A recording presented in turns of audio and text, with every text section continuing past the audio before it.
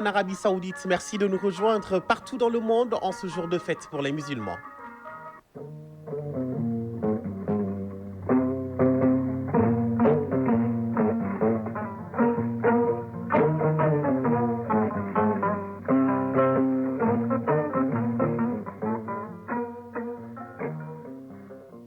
Le journal. Moussa Papa Aïdara.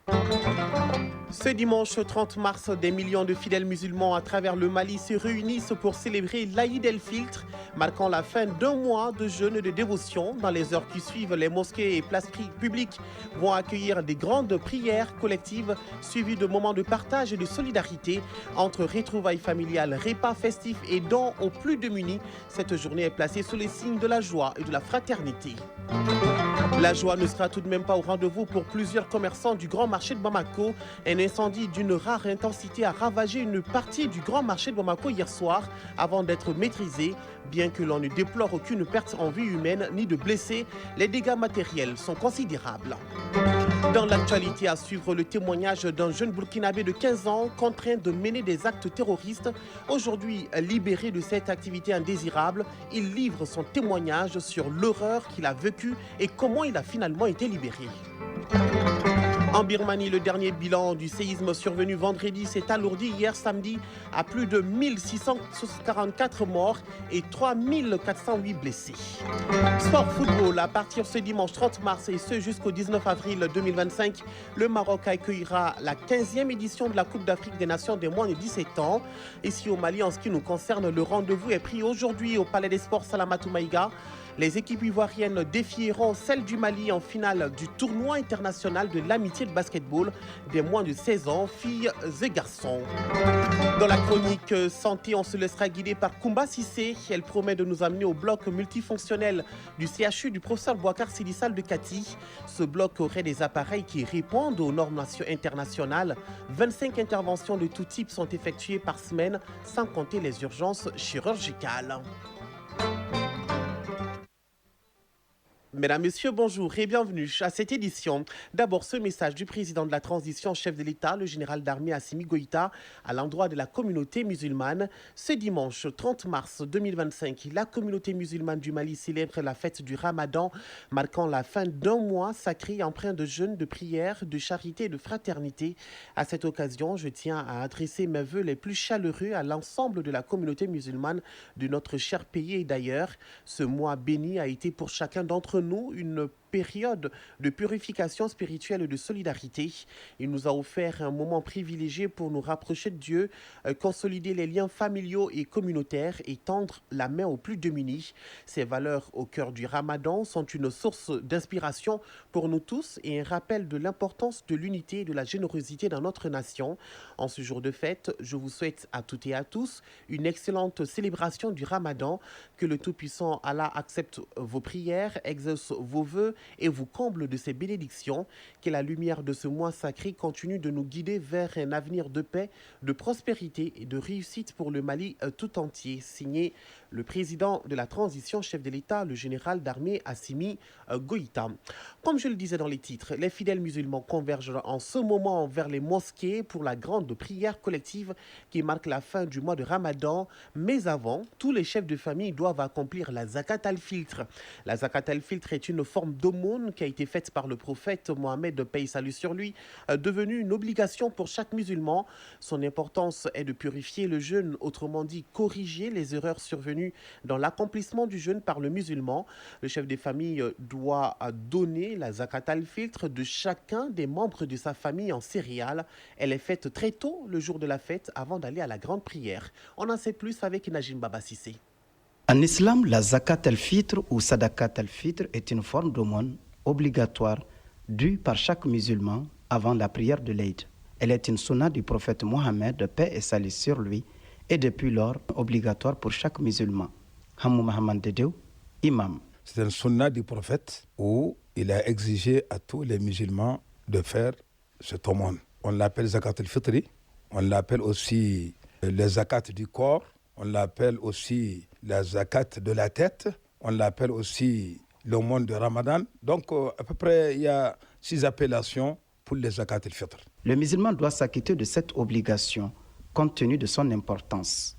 Hamou Mohamed Dedeu, imam. Parce que le zakat al-fitr, on dit c'est pour purifier le jeûne. Le jeûneur, au moment où il était en jeûne, il y a beaucoup d'activités qui se passent, qu'il ne contrôle pas. Mais le fait quand même de faire le zakat al-fitr, on dit c'est une purification pour les jeûne. C'est un appui aussi pour les pauvres. La zakat al-fitr est donnée en céréales, dont la valeur correspondrait à 2,5 kg pour chaque membre de la famille. À cet effet, d'autres unités de mesure existent avec la même valeur. Hamou Mohamed Dedeu, imam. Le prophète a recommandé un sa.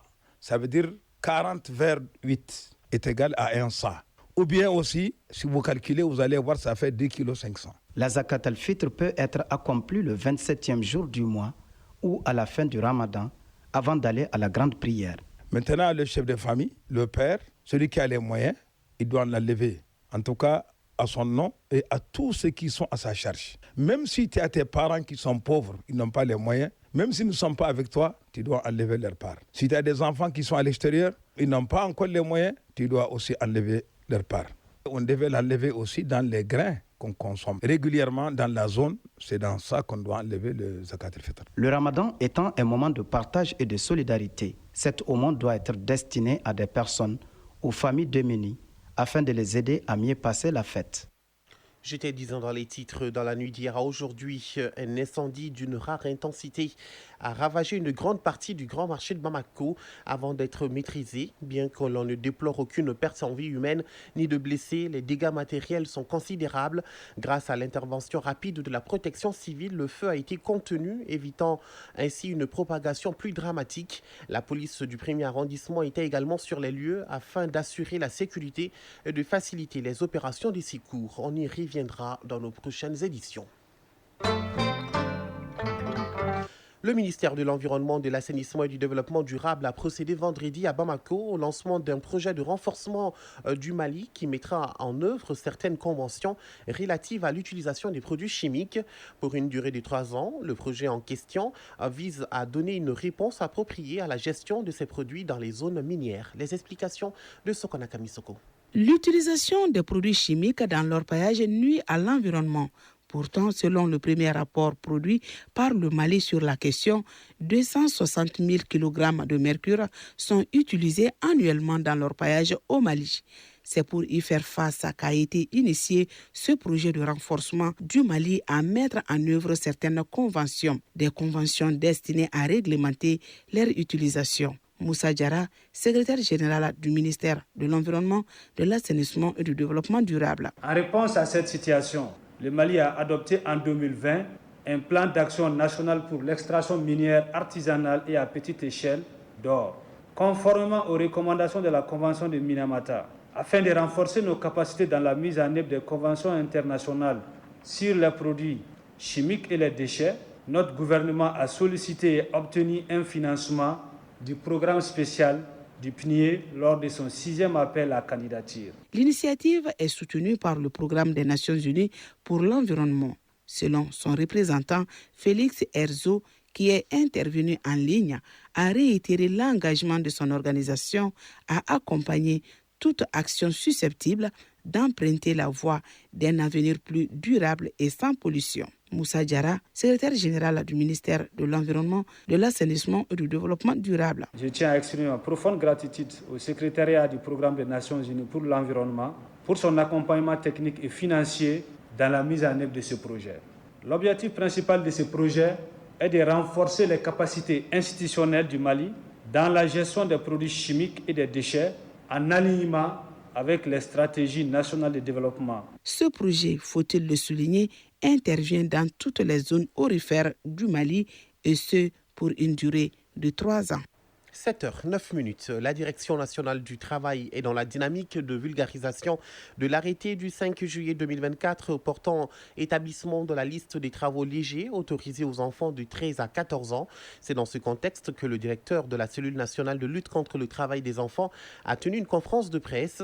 L'objectif est d'informer les hommes de médias sur le processus de plaidoyer en cours au niveau des organisations de la société civile dans le cadre du projet Agir contre le travail des enfants. Compte rendu, Djemba Moussa Konaté. Selon une enquête de l'Institut national de la statistique menée en 2020 avec l'appui du Bureau international du travail et du ministère du travail Plus de 2 millions d'enfants subissent le travail des enfants dans notre pays.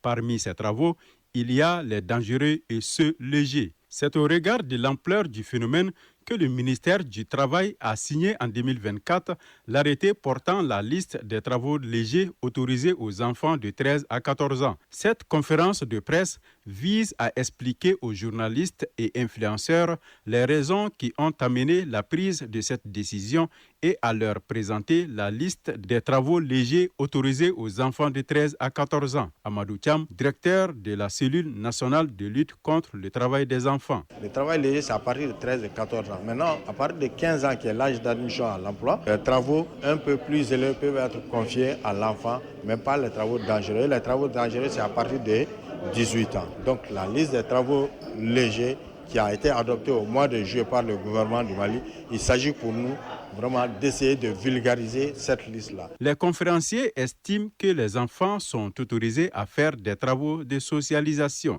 Il s'agit de cadrer la mise en œuvre de ces activités pour éviter les pires formes de travail des enfants. Les branches d'activités comme l'agriculture, l'élevage, la pêche et la pisciculture, l'orpaillage, l'artisanat et le commerce sont concernés par cette décision. André Pascal Koulibaly, manager du projet Joining Forces for Africa, ou agir contre le travail des enfants, Jofa Act. Ça permet aussi aux communautés d'avoir un répit parce que la base du travail des enfants, il y a certes la désinformation, l'analphabétisme, mais la pauvreté est la base. Donc du coup, si l'enfant aussi arrive à faire quelque chose qui peut lui permettre de se développer, d'être un bon citoyen, d'être un bon travailleur, je crois que ça ne fait qu'aider aussi la communauté. Ben Abdoulahi Ibrahim Tahar, directeur national du travail.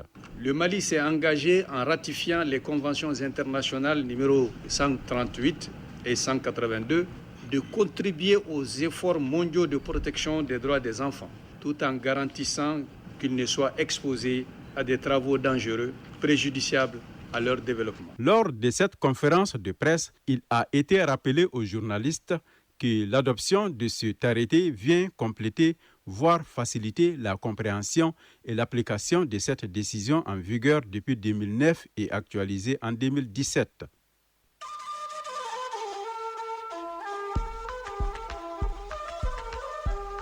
AES Actualité.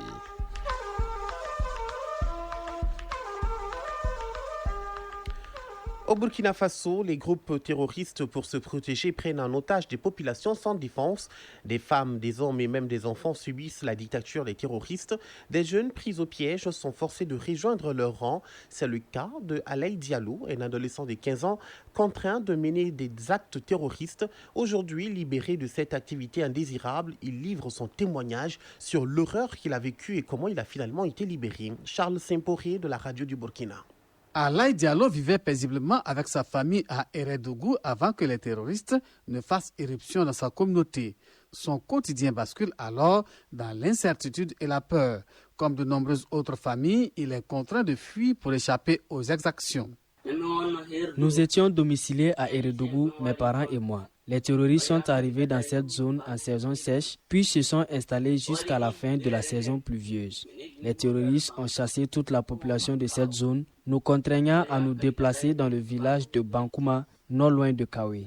Là-bas, les terroristes sont arrivés encore et nous ont chassés. Nous avons continué dans la brousse du village de Bankouma pour nous installer à nouveau.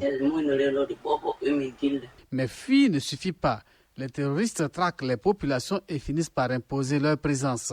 Pour les jeunes garçons comme Diallo, cela signifie subir une pression constante et parfois même être forcé de rejoindre leur rang. Après cela, nous avons essayé de quitter la zone, mais les terroristes n'ont pas accepté. Les terroristes sont revenus et ont tué plusieurs personnes dans la zone, notamment celle d'ethnie Bobo. Quant à nous qui avons survécu, les terroristes nous ont contraints à y vivre avec eux tout en obligeant les plus jeunes à s'enrôler et à subir des formations physiques. Alors que les forces de défense et de sécurité se rapprochent, les terroristes cherchent à fuir vers le Mali, entraînant avec eux les populations sous leur emprise. Mais cette fuite tourne court grâce à l'intervention des VDP. Dernièrement, lorsque les terroristes ont appris que les FDS ont commencé à avancer vers eux, ils ont décidé de fuir la zone pour éviter le contact avec les FDS. Un grand nombre de terroristes a quitté la zone plusieurs semaines avant, laissant quelques-uns qui sont restés avec nous. Le reste des terroristes ayant décidé de se rendre au Mali a décidé de nous amener. C'est ainsi que nous nous sommes levés dans la soirée du 10 mars 2025 sous la conduite des terroristes pour commencer la marche vers le Mali. Au lendemain matin, les terroristes qui nous accompagnaient sont rentrés en contact avec les VDP. Après des échanges de tirs avec les VDP, les terroristes ont commencé à fuir. Les VDP ont réussi à tuer plusieurs terroristes et ont procédé à notre interpellation. C'est ainsi que nous avons donc été conduits ici. Alaï Diallo est aujourd'hui libre, mais son témoignage rappelle le sort de nombreuses autres victimes, encore sous l'emprise des groupes armés terroristes, de la nécessité de poursuivre la lutte contre ces organisations criminelles. L'actualité au Niger, le comité de gestion du Fonds de solidarité pour la sauvegarde de la patrie poursuit sa série de rencontres avec les couches socio-professionnelles du pays afin de partager avec l'ensemble des Nigériens les dépenses effectuées dans le cadre des missions assignées à ce fonds. La présidente du dit fonds a échangé avec les responsables des sociétés publiques et privées du Niger. Compte rendu Fatih Abdoulaye de la radio du Niger. Informé en vue d'échanger avec les responsables des sociétés publiques et privées sur le bilan des activités du Fonds de solidarité pour la sauvegarde de la patrie. Tel est l'objectif de cette rencontre présidée par la présidente du comité de gestion du dit fonds.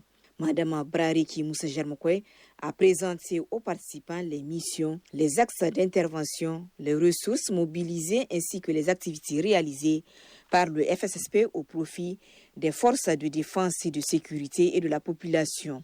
Au terme de sa présentation et des échanges avec les participants, Seydou Abdoulaye, directeur du Centre régional des œuvres universitaires de Niamey, s'est réjoui de la présente rencontre qui leur a permis d'être édifiés sur l'utilisation de ce fonds. Je suis très édifié sur ce que la présidente nous a présenté en termes de motifs de la création du fonds et son mode de gestion.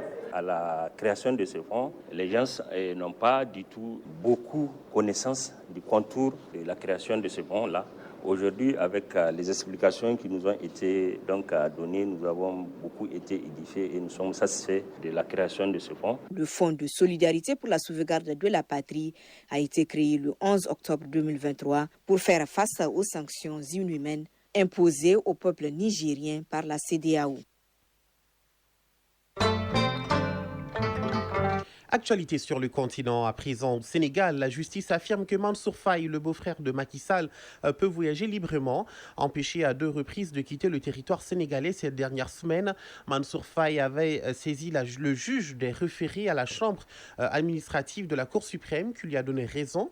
Vendredi, celui-ci a donné injonction au ministère de l'Intérieur de le laisser libre de ses mouvements, une décision qui s'apparente à un revers pour les autorités.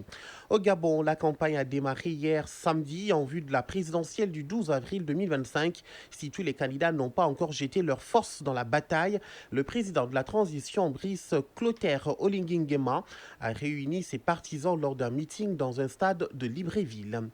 En Guinée, bien sûr, la grâce de Moussa Dadis Camara, une décision qui suscite réaction et interrogation. Il a bénéficié d'une grâce présidentielle à l'initiative du chef de l'État, le général Mamadi Doumbouya. L'ancien dirigeant guinéen au pouvoir entre 2008 et 2009 avait été condamné le 31 juillet 2024 pour crime contre l'humanité dans le cadre du procès du massacre du 28 septembre 2009 au Riga, au grand stade de Conakry. Cette décision prise pour des raisons de santé interroge et suscite des réactions contrastées. Hors du continent, Syrie à présent, les autorités syriennes ont annoncé hier soir la composition de leur nouveau gouvernement. L'annonce était attendue depuis près d'un mois. Le président par intérim Ahmed Al-Shara a affirmé sa volonté d'édifier un État fort et stable. Parmi ses nouveaux ministres, on retrouve de nombreux fidèles d'Ayat Tahrir al-Sham, dont est issu le nouveau pouvoir de Damas. Quelques ministres chargés de la gestion des affaires courantes depuis la chute de Bachar el-Assad restent également en poste. Celui des Affaires étrangères, par exemple, Assad al-Shibani, le ministre de la Défense, ancien cadre du HTS Mouraf Abou Kasra, ainsi que l'ex-chef des renseignements généraux Anas Katab, nommé ministre de l'Intérieur. Je vous le disais dans les titres également, en Birmanie, le dernier bilan du séisme survenu vendredi s'est alourdi hier samedi à plus de 1644 morts et 3408 blessés. La région de Mandalaï, au centre du pays et proche de l'épicentre, est la plus touchée. Et si les militaires au pouvoir ont lancé un appel à l'aide internationale, rien ne semble fait pour simplifier les démarches des secours.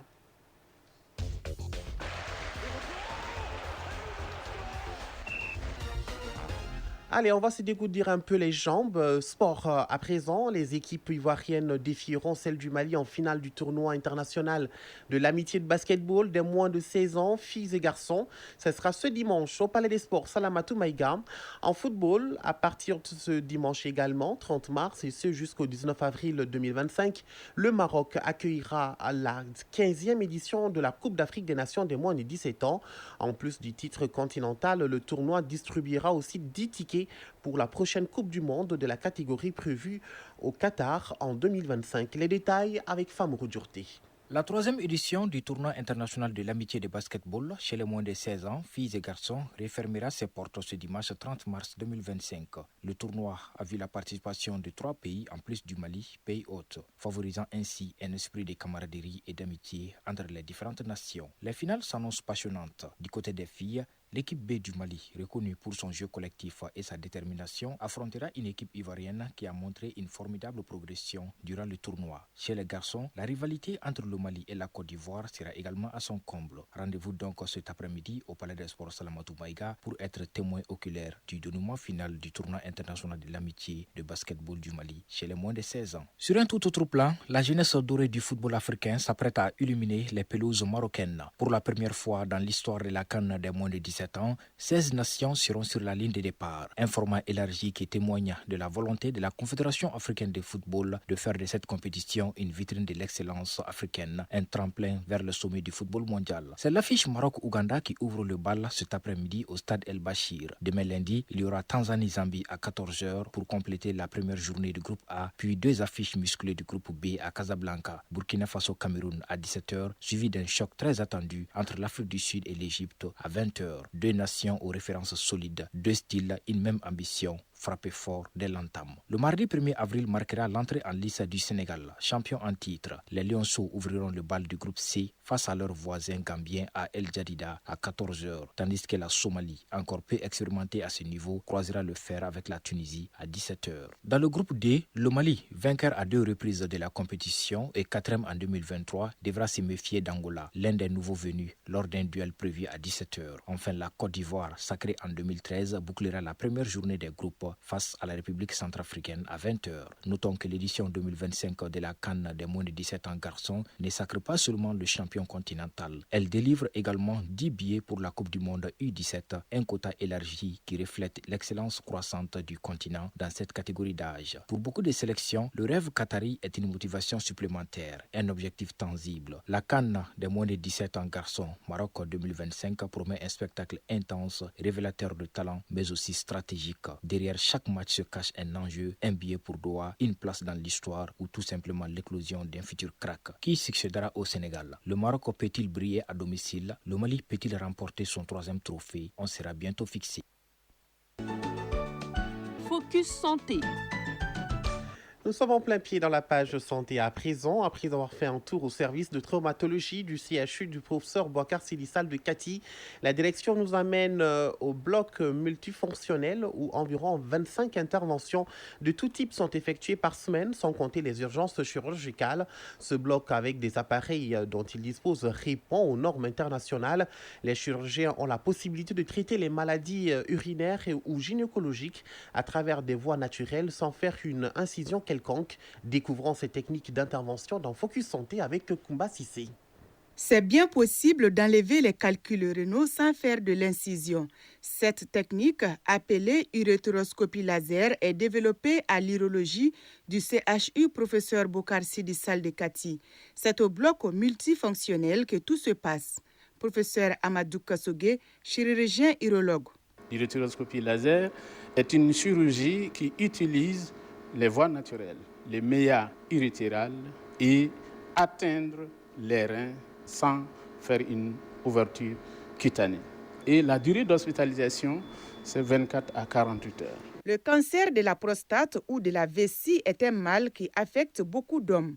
La même technique est appliquée pour faire face à ces maladies. Professeur Amadou Kassogué. Nous réalisons surtout l'activité endoscopique de la prostate et de la vessie, la résection transrectale de la prostate et la résection de la tumeur de vessie que nous pouvons réaliser également sans incision cutanée. C'est les mêmes techniques d'intervention, c'est l'endoscopie. Nous arrivons à réaliser l'urethéroscopie laser sous anesthésie loco-régionale. Côté gynécologique, certaines pathologies qui affectent les femmes sont aussi traitées par la voie naturelle avec des matériels adaptés.